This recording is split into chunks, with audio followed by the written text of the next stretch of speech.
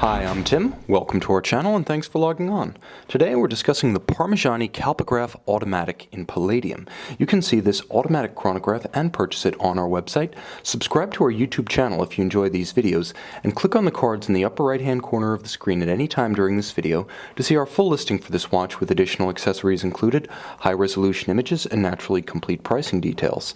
Now on my wrist, 6 1/3 inches, 16 centimeters in circumference, this watch is large, expressive, but has an excellent ergonomic equation. That is to say, it all adds up. Only 13 millimeters thick in spite of the broad span across the wrist. The watch also has a relatively rounded flank, so it's fairly easy to fit underneath a tight sleeve or dress cuff. It's a versatile piece, not just aesthetically, but in terms of how it interacts with the rest of your wardrobe. Now the watch is 39 millimeters across the broad of the case, so roughly from 9 o'clock to 3 o'clock, not including the crown or the chronograph pushers. Now, it's the span across the wrist where the watch really stamps its presence aesthetically, but it's quite easy to wear because although 52.5 millimeters from extremity of lug to extremity of its next sculpted opposing flank, the watch is quite easy to wear on a wrist because it curves to conform to the wrist. You can see those huge separate lugs, they're almost like the fenders of a 1930s automobile. They're spread out and they're visually distinct, but they're also sharply curved, and they thrust downward to arc around the curve of a smaller wrist like mine. So this is an easy watch to wear. You'll also note how the strap nicely closes the flank of the case. It doesn't leave a whole lot of daylight, and yet it doesn't feature the typical downfall of a conforming strap, which is usually a tendency to flare out and fight your wrist. Here, these pull down easily around the tight curve of a small wrist, and while the watch is Palladium in its case, it is white gold in its pin buckle. So the pin buckle, for a little bit of additional rigidity and strength, is executed in 18 karat white gold rather than palladium.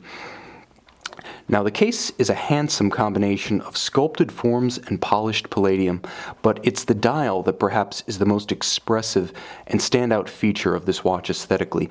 It's a combination of a beautiful guilloche cut slate gray on several planes to add a little bit of visual articulation with contrasting rose gold indices and Arabic numerals.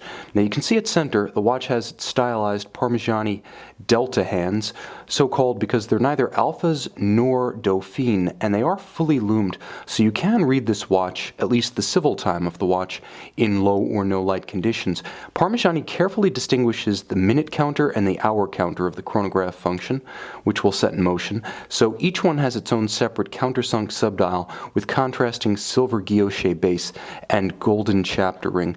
Small seconds or constant seconds, quite discreet, de-emphasized at the 3 o'clock position, and because of the vertical clutch engagement of this chronograph caliber, the Parmigiani PF334, you can simply leave that crescent counterbalanced center seconds hand running. Leave the chronograph in motion so you can read hours, minutes, and seconds at center. There will be no additional wear and tear on the movement thanks to the vertical clutch. And you can see the triple date at 12 o'clock showing you the preceding and succeeding date as well as the current date. It does feature a quick set function, and the watch also has hacking seconds such that when you pull the crown, you do stop the balance, allowing precise synchronization of the watch to a known accurate reference time, such as an atomic clock.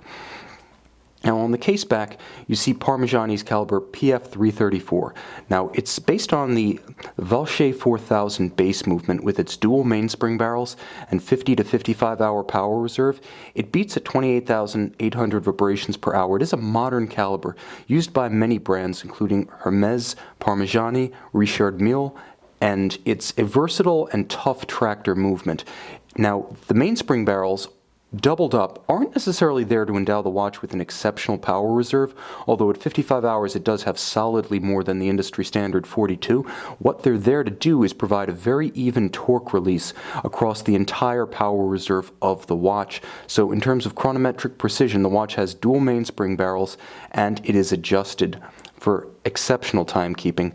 It has 68 joules because it is a modular chronograph. Whenever you see a movement that just seems to have dozens and dozens and dozens of joules for no clear reason, it's because it's effectively two movements sandwiched together.